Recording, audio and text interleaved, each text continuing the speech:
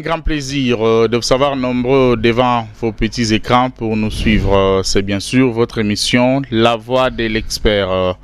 Nous avons reçu pour vous, bien sûr, il était déjà là avec nous. Lui, c'est Percy Tamboué que nous recevons pour vous. Avec lui, nous allons discuter sur un sujet qui touche pas seulement à la République démocratique du Congo, mais aussi l'Afrique avec le thème qui vous sera bientôt exposé.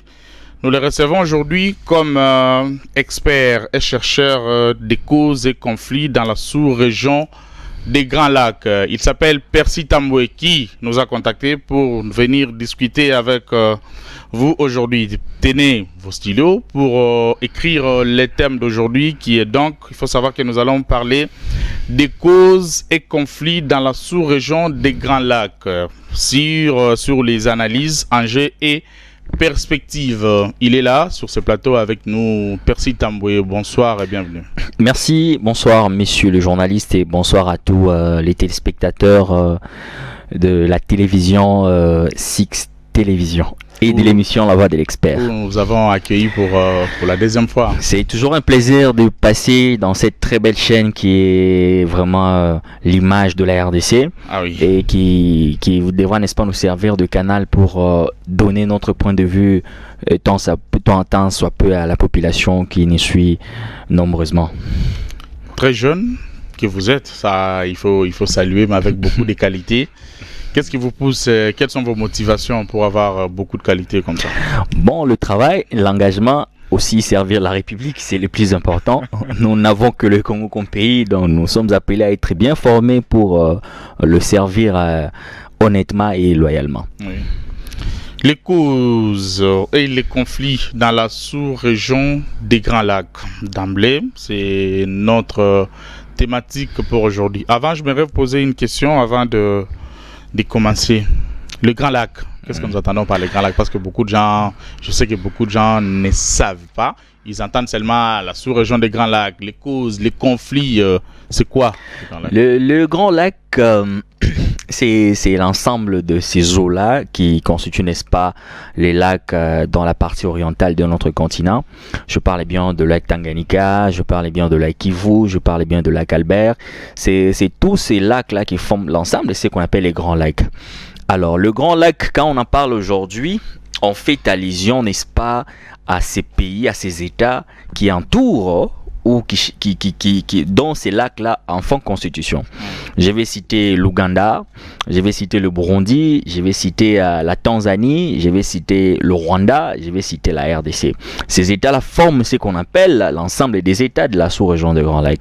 Parce que ce sont des États qui ont le même lac. Je vais dire le lac Tanganyika, par exemple, la RDC le partage avec le Burundi et la Tanzanie, le lac Kivu qui est aussi avec le Rwanda, et je peux parler le lac Albert avec l'Ouganda. C'est l'ensemble de ces lacs qui forment ce qu'on appelle les Grands Lacs. Et les États qui se trouvent aux alentours forment ce qu'on appelle les États de la région des Grands Lacs. C'est-à-dire qu'il y a une condition naturelle pour être dans la sous-région des Grands Lacs? Ben justement. C'est une condition naturelle. Donc d'ailleurs, il y a de ces gens qui pensaient, je pense qu'il y a quelqu'un qui m'a dit, non, qu'est-ce qu'on aimerait, qu'est-ce que d'autres pays peuvent faire pour participer dans la sous-région des Grands Lacs? Je pense qu'avec les explications que vous avez données, cette personne qui nous suit nécessairement, parce que je l'ai invité à nous suivre, il aura au moins une réponse. Je pense que les Grands Lacs, c'est une situation géographique qui fait que certains États se retrouvent autour de certains lacs, comme je les ai énumérés. Mais ces États-là ont créé pour fonctionner, pour coopérer, certaines organisations régionales et sous-régionales qui organisent, n'est-ce pas, le mécanisme de développement de ces États. Alors, je pense qu'il existe des chartes et des cadres qui organisent par quel moyen un État, par exemple, qui n'est pas dans le Grand Lac, peut être membre, par exemple, de l'EAC. Je parle de East Africa Community, je parle de la CIRGL, par exemple, ainsi de suite. Quels sont les problèmes aujourd'hui qui sont liés au conflit de la région des Grands Lacs? La question de conflit de la région des Grands Lacs est multiple. Notamment. Mais à ce jour, il est vraiment à démontrer que c'est principalement lié à 3 facteurs. Le premier facteur, il est facteur ethnique. il y a des ethnies qui sont dans la région des Grands Lacs et qui sont dans tous les États de la région des Grands Lacs et qui posent, qui ne se comprennent pas. Le deuxième problème, il est lié au facteur de la terre. Je parle bien fort. Il y a des terres qui appartiennent, n'est-ce pas, à certaines ethnies et qui ont été exploitées par d'autres ethnies. Et il se pose problème d'exploitation, des propriétés de certaines étendues des superficies. Troisièmement, on a le problème politique. Les conflits politiques ont un impact sur les causes des conflits dans la sous-région des Grands Lacs aujourd'hui. Moi, je pense que ce sont les trois facteurs qui constituent à ce jour la principale cause de conflits qui se vivent dans la sous-région des Grands Lacs. Je vais être explicatif. Oui. Les ethnies, je vais citer par exemple les Hutus. Les Hutus... Là, ça fait partie aussi des races qui composent la sous-région du Grand Lac. Justement, si je dois préciser sur la question de race, Oui. le Grand Lac a pratiquement 4 races. La première race, c'est le Bantou. Les Bantous, c'est des paysans, ils sont cultivateurs et ils sont aussi éleveurs. La deuxième race, c'est le Pygmée. Les Pygmées, c'est une race généralement caractérisée dans les forêts. Et la troisième race, c'est la race des Nilotiques. Les Nilotiques, ce sont des éleveurs, mais ils sont aussi cultivateurs qui ont peuplé, n'est-ce pas, toute la région des Grands Lacs. Parce que les Nilotiques sont en Tanzanie, ils sont en RDC, ils sont au Rwanda, ils sont en Ouganda, ils sont au Burundi. Tout comme les Bantous aussi sont dans tous ces états-là, le Pygmée y compris. Alors, les ethnies, par exemple les Hutus, qui sont de Bantous, qui sont au Rwanda, qui sont au Congo, qui sont en Ouganda, ce sont des ethnies qui ne s'entendent pas avec les Tutsis. Pour cause, nous avons un mouvement rebelle qu'on appelle FDLR, les Forces démocratiques de libération du Rwanda. C'est majoritairement Hutus qui attaquent les Tutsis du Nord Kivu et du Rwanda. Les Tutsis du Nord Kivu sont aussi, n'est-ce pas, dans une partie, je vais dire une partie du site Kivu, parce que dans le Calais, il y a les Tutsis. Il y a les Tutsis dans le Nord Kivu. Il y a les Tutsis qui occupent une localité dans le site Kivu qu'on appelle Mulenge, qu'on appelle communément les Banyamulenge. Oui. Nous avons aussi une autre race qui fait partie, n'est-ce pas, des Grands Lacs. On parle des Ema. Les Ema, ce sont des populations nilotiques qui sont dans la province des Lituri, précisément dans les territoires des Djougou. Et je pense que ce sont ces populations aujourd'hui qui sont victimes de massacres que perpètre aujourd'hui une autre ethnie à cause de mouvements rebelles. Je vais parler bien des Lendu qui ont les Kodeko et les Ema qui ont les Aïr qui s'affrontent mutuellement et il y a toujours des massacres. Donc les Ema, les Tutsis, les Banyamulenge et ce sont des Tutsis qui font partie de ce qu'on appelle la race des Nilotiques. Les Hutus, les Lendu, les Bashi et les Houndé, les Bavira, les Bafuliru, ce sont des ethnies qui sont des Bantouphones, qui appartiennent à la race des Bantous. Alors, il existe toujours un problème de compréhension, soit lié à l'exploitation des terres. Par exemple, les paysans bantous sont généralement des cultivateurs. Les Tutsis sont des éleveurs. Admettons par exemple que les vaches Tutsis viennent viennent dans les champs de Bantous pour brouter les herbes, je ne sais pas. Cela aura un impact. Et il y a une réplique qui va être farouche du côté de ces cultivateurs. C'est à cause de cela aujourd'hui que nous avons ces conflits. Il y a aussi la troisième situation aujourd'hui que nous avons à déplorer, c'est celle liée avec la politique. Il existe toujours des politiques qui ont tout à gagner quand des ethnies ne s'entendent pas, quand des provinces ne s'entendent pas, quand des tribus ne s'entendent pas, quand des communautés ne s'entendent pas. L'une des causes des conflits. Alors, ces politiques-là, c'est souvent des extrémistes. Et c'est pourquoi je félicite les chefs de l'État qui a un discours unificateur, qui a un discours qui tend, n'est-ce pas, à mettre toutes les populations dans l'unité, la fraternité et la cohésion sociale. Et cela est vraiment à féliciter. Parce que depuis qu'il est à la tête du pays, il a mis en place des politiques d'unité nationale. Il a même créé un département dans le ministère. Dans un ministère, je pense, c'est le ministère près le président de la République qui gérait l'unité, la fraternité, la cohésion sociale entre différentes ethnies. Et donc avec cela, je pense que ce sont des 3 facteurs aujourd'hui qui causent les problèmes dans la sous-région des Grands Lacs. Il y a là les 3 facteurs qui posent les plus grands problèmes dans la sous-région des Grands Lacs. Quelles sont les pistes de solutions? Les pistes et les solutions sont en tout cas aussi multiples, comme les causes aussi en sont multiples. Bien sûr. Mais les plus principales sont déjà fréquentes et habituelles. Et on en a essayé d'avance. Je vais parler des dialogues. Les dialogues font partie d'un mécanisme pacifique de résolution d'un conflit. Lorsque les différentes ethnies en conflit, je vais citer par exemple les Tutsis et les Hutus, les Ema et les Lendo qui ne s'entendent pas. Depuis plusieurs années. Depuis déjà plusieurs années, depuis les génocides. Oui. Mais les Ema déjà, ça date déjà de quelques années aussi. Cela pourrait avoir un impact. Vous allez remarquer avec moi que le chef de l'État, il y a peu, dans l'une de ses interviews, je pense en Europe, soit en Allemagne, je pense bien, il a dit que pour la première fois, les Ema et les Lendu ont accepté de taire les armes et de s'entendre autour d'une table. C'est-à-dire, si aujourd'hui, il existe une politique gouvernementale sérieuse en matière de consolidation et d'unité, de fraternité, de cohésion sociale, et qu'on prône les dialogues comme le mécanisme pacifique de résolution des conflits entre ethnies à conflit, je pense qu'il y aura une solution de paix. Parce que les politiques profitent de ces conflits. Je peux être un politique, par exemple, je voudrais être candidat député national, mais je suis d'une ethnie qui est en conflit avec l'autre ethnie. Ça veut dire, pour que je sois voté, il faut que je monte la haine de ma communauté contre l'autre pour que je sois voté.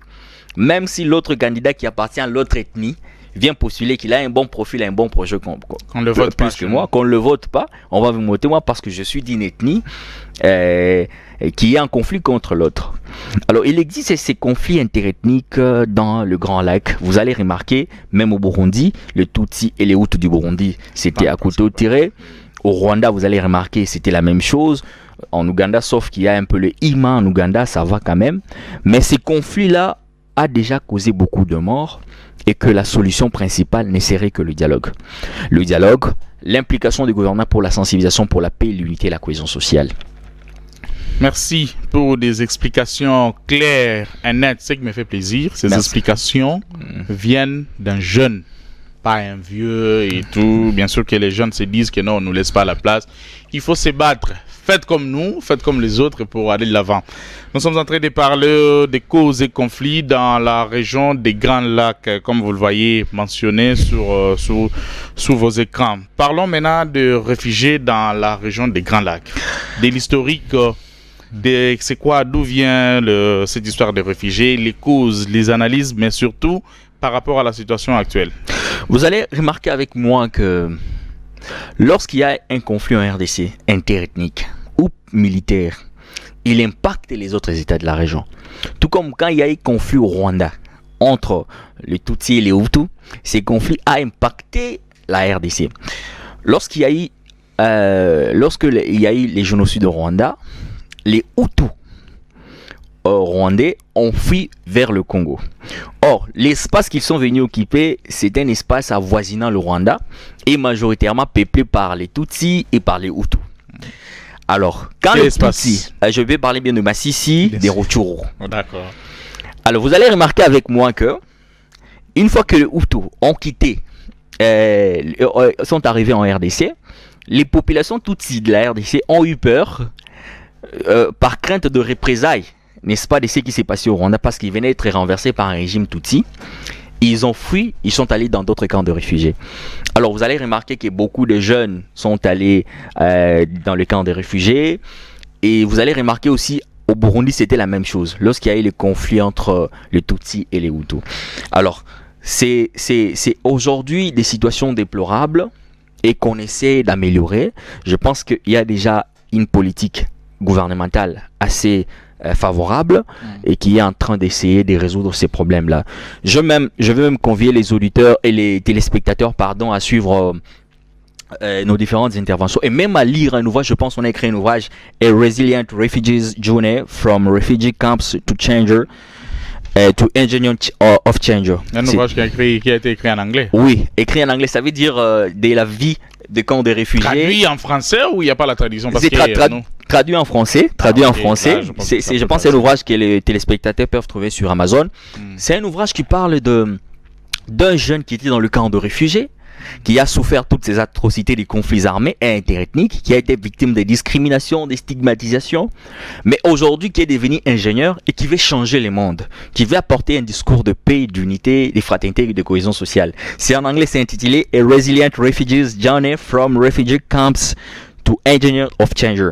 C'est-à-dire de la vie de camp de réfugiés, un jeune veut changer le monde, il veut apporter une pierre à l'édifice pour la paix, pour l'unité, et qui propose les mécanismes pacifiques de résolution des conflits, notamment les dialogues. C'est un ouvrage que je veux convier vivement les téléspectateurs à suivre, qui est sur Amazon.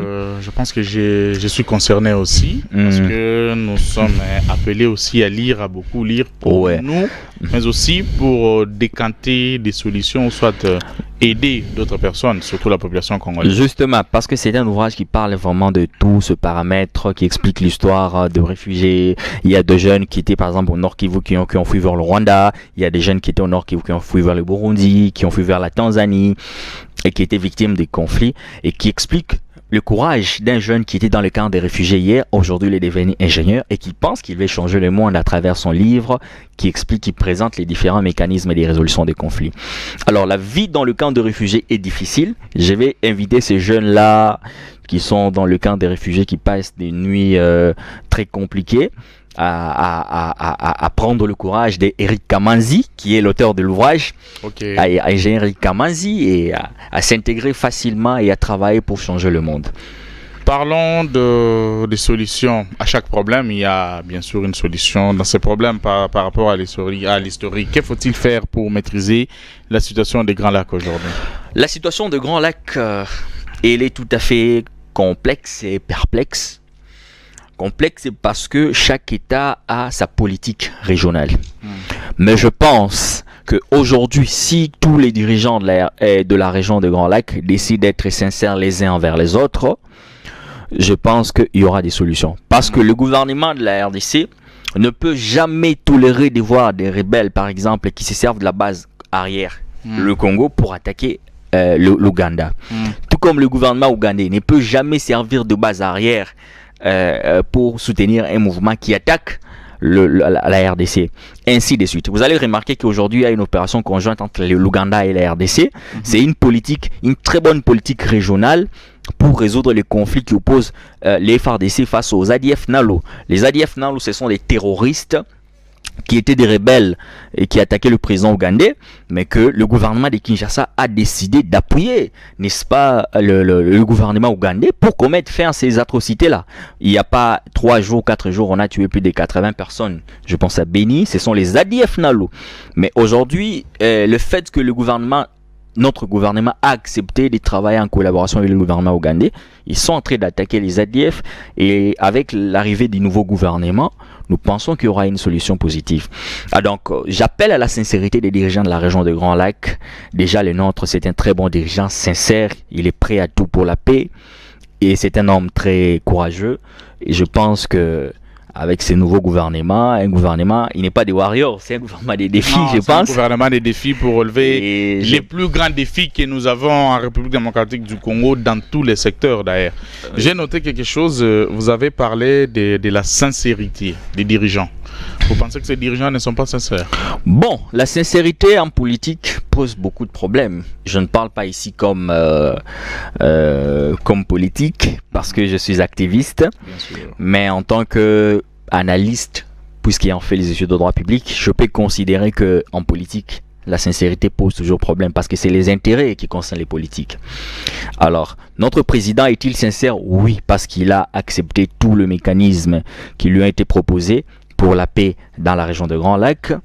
Est-ce que les autres présidents de la région sont-ils sincères? Ça, je ne sais pas, parce que je n'ai pas eu le temps de le suivre. Mais je pense que si les dirigeants africains, régionaux, je parle bien de ces États qui composent le Grand Lac, sont aujourd'hui sincères, je crois qu'il y aura la paix dans la région. Parce qu'il n'y a aucun dirigeant qui ne va accepter d'être victime des conflits régionaux.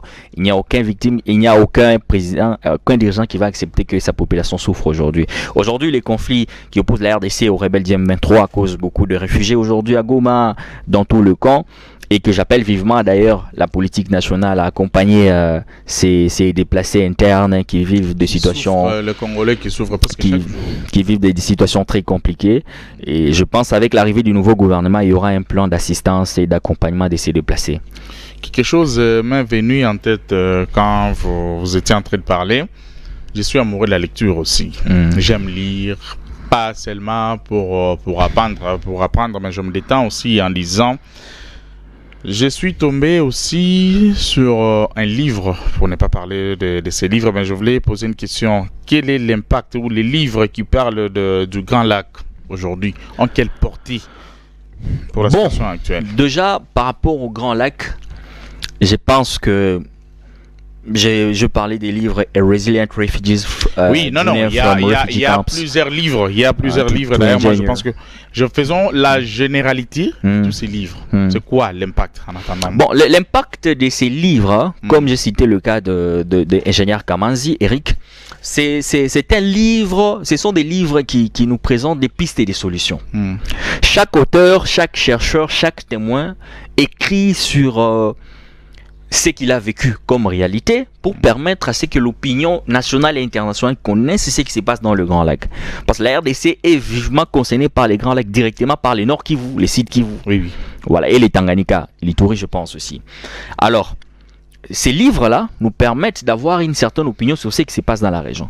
Et ces auteurs nous permettent d'avoir des idées sur le mécanisme des résolutions des conflits. Chacun de nous et chacun de ces chercheurs ou de ces écrivains donne des avis qui peuvent servir des organisations régionaux. Je parle bien de la CAC, par exemple de l'EAC, East Africa Community. Je parle de la CIRGL, à trouver des solutions par rapport aux conflits. Parce que ce sont des gens qui ont vécu ces conflits-là. Je vous ai parlé des cas de réfugiés, par exemple. Ingénieur Eric Kamanzi, il a vécu dans un camp de réfugiés. Et il s'est battu. Aujourd'hui, il est devenu ingénieur et il pense qu'il va changer le monde. Il pense qu'il peut impacter le monde à travers son livre. Il propose des mécanismes pour qu'il y ait la paix dans la région où il a vécu comme réfugié. Ouais. Donc, les livres nous sont toujours très importants pour savoir ce qui se passe dans la région et comment résoudre ces conflits. Moi, je pense que je vais inviter tout le monde à la lecture, notamment les jeunes, bien que nous n'avons pas cette habitude de lire. C'est pas tout le monde qui est amoureux de la lecture. Je me suis retrouvé sur ce que vous venez de dire par rapport au livre. Je crois j'ai lu aussi un livre que j'aime beaucoup, Ma Nation, où j'ai retrouvé une part de ce que vous avez dit. Je pose une nouvelle question. Les livres qui parlent du Grand Lac, en quelle place dans l'arsenal scientifique en République démocratique du Congo? Déjà, lorsqu'on est scientifique, on est appelé à la résolution à répondre aux problèmes qui se posent dans la société. Vous allez remarquer avec moi, si vous avez fait les études de belles-lettres, Sénèque dit « Non scola et seduita et discimus ». On n'étudie pas pour l'école, mais pour la vie. Pour la vie, c'est quand il y a des problèmes, puisqu'on a étudié, on est appelé à trouver des solutions à ces problèmes. Et vous allez remarquer avec moi que lorsque quelqu'un écrit un livre, par exemple, sur la situation des réfugiés en RDC, c'est qu'il en a vécu. Et en tant que tel, il propose des solutions. Il y a aussi ceux-là qui font des recherches juste pour écrire. Hein? C'est ça, non? Justement. Voilà. Ouais. Mais non. Il y a beaucoup d'organisations qui en parlent. Je vais citer les cas de groupes d'études sur le Congo qui effectivement mènent beaucoup de recherches sur les causes des conflits, publient beaucoup d'articles quant à ceux. Mais dans l'arsenal scientifique aujourd'hui, les livres en rapport avec le Grand Lac nous servent d'acquis ou des référentiels. Lorsqu'on se retrouve en tabula rasa pour la résolution d'un conflit, on peut se référer à tel auteur qui a écrit un livre sur le conflit Grand Lac et qui a proposé des solutions pour la résolution de ces conflits. Et cela nous est aujourd'hui une possibilité, n'est-ce pas, de trouver pacifiquement la résolution au conflit qui oppose aujourd'hui certains États dans la région de Grand Lac. Vous ne voyez pas, on ne néglige pas ce secteur, par exemple, scientifiquement parlant. Scientifiquement parlant, je sais qu'il y a beaucoup de chercheurs, mais ceux que je connais personnellement sont dans le cadre des groupes d'études sur le Congo, qui publient des articles sur les différentes résolutions des conflits, et que je pense qu'ils sont, pour moi, le meilleur, parce qu'ils les font très bien. Et il y a beaucoup d'universités américaines, européennes, congolaises qui mènent des recherches sur les causes des conflits à la région. Mais le cas de l'ingénieur Eric Kamanzi, c'est un cas assez pertinent parce que lui-même a vécu les causes des conflits à la région. Il a vécu dans le camp des réfugiés et il en est sorti. Et aujourd'hui, il en est un exemple. Donc, je pense que le gouvernement devait investir beaucoup de moyens par rapport à ça et que le jeune, j'appelle vivement les jeunes, les scientifiques, ceux qui ont fait l'anthropologie, qui ont fait la sociologie, qui ont fait les droits humanitaires, les relations internationales, s'impliquer vivement pour écrire sur les recherches sur les causes des conflits à la région des Grands Lacs et à proposer des solutions parce que quand on étudie, c'est pour servir les pays. Et on peut servir le pays tel qu'on peut. Par exemple, en tant que scientifique, aujourd'hui, ingénieur Kamanzi Eric, il a écrit un livre, il a proposé des solutions pour la résolution des conflits. Il a expliqué la situation textuelle et réelle des réfugiés. Parce que vous et moi n'avons peut-être jamais été réfugiés, mais nous pouvons lire, nous pouvons le voir. Mais celui qui a vécu la situation comme réfugié, comme déplacé interne, peut mieux témoigner la situation des réfugiés ou des déplacés. Tant d'articles, tant de livres écrits et publiés concernant les conflits et causes dans la région des Grands Lacs. Est-ce que vous pensez qu'il y a une amélioration par rapport aux conflits, par rapport à tout ce qui est écrit, par rapport aux révélations que les chercheurs, les écrivains nous relèvent? Vous voyez, est-ce qu'il y a un changement ou soit il y a une avancée, si je peux me permettre de dire comme ça? Bon, déjà... Le Grand Lac, comme j'ai dit, que c'est une région complexe et parce que chaque État a sa politique et qu'il existe des conflits interethniques, des ethnies et des populations qui sont dans tous les États. Je parlais des cas des Tutsis qui sont dans le Nord Kivu, qui sont au Rwanda, qui sont au Burundi, qui sont en Tanzanie. Je parlais de cas des Hutus qui sont au Rwanda, qui sont au Congo. Et la solution par rapport au conflit de la région des Grands Lacs n'est pas à 100% scientifique. Et les scientifiques, parce que les scientifiques font des recherches et proposent des mécanismes de résolution des conflits. Mais la solution est plutôt politique. Politique parce que cela implique la politique régionale. Il faudrait que les États, je parle bien des dirigeants de la région, s'entendent sur une vision claire, sur un programme clair et soient sincères pour appliquer cela. C'est ça que vous allez remarquer avec moi. Le chef de l'État a dit un jour, combien d'accords va-t-on signer, combien de résolutions allons signer pour qu'on ait la paix enfin? Parce que d'après ce que j'ai lu, c'est qu'il était fatigué de signer tous les accords pour la paix. Les gens se mettent avec des bons textes, oui. Mais il y a toujours mauvaise foi dans les chefs de certains dirigeants pour que aujourd'hui la situation perdure. Parce que le Rwanda est victime de l'agression de FDLR. Il se déclare tous les jours. Et les rapports des groupes d'experts n'en sont Unis. L'Ouganda est victime de les attaques des ADF. Les ADF sont déclarés aujourd'hui terroristes. La RDC s'est dit victime des attaques des M23. Alors, ce sont des conflits régionaux. Et ce sont des États, et je crois aussi le Burundi est victime des attaques d'un mouvement rebelle, je pense que ça doit être la FNNB. Tous ces États-là vivent les conflits. Alors, si les dirigeants acceptent de se mettre autour d'une table et trouver des solutions, je parle bien de la décision politique, je pense qu'il peut y avoir. Parce que jamais la RDC ne va accepter que le Rwanda soit agressé par un État et par un mouvement, et jamais aussi le Rwanda n'acceptera que la RDC soit agressé par un mouvement. Alors cela devra baser sur les facteurs politiques, c'est-à-dire la volonté de la décision politique dans les chefs de tous les dirigeants pour qu'il y ait la paix dans l'Est de la région. Je vais devoir présenter un élément historique. La RDC connaît 4 races. Nous avons les Bantous, nous avons les Pygmées, nous avons les Semi-Bantous et les Nilotiques, nous avons les Soudanais, pardon. Les Soudanais, ce sont des populations qui sont généralement au nord.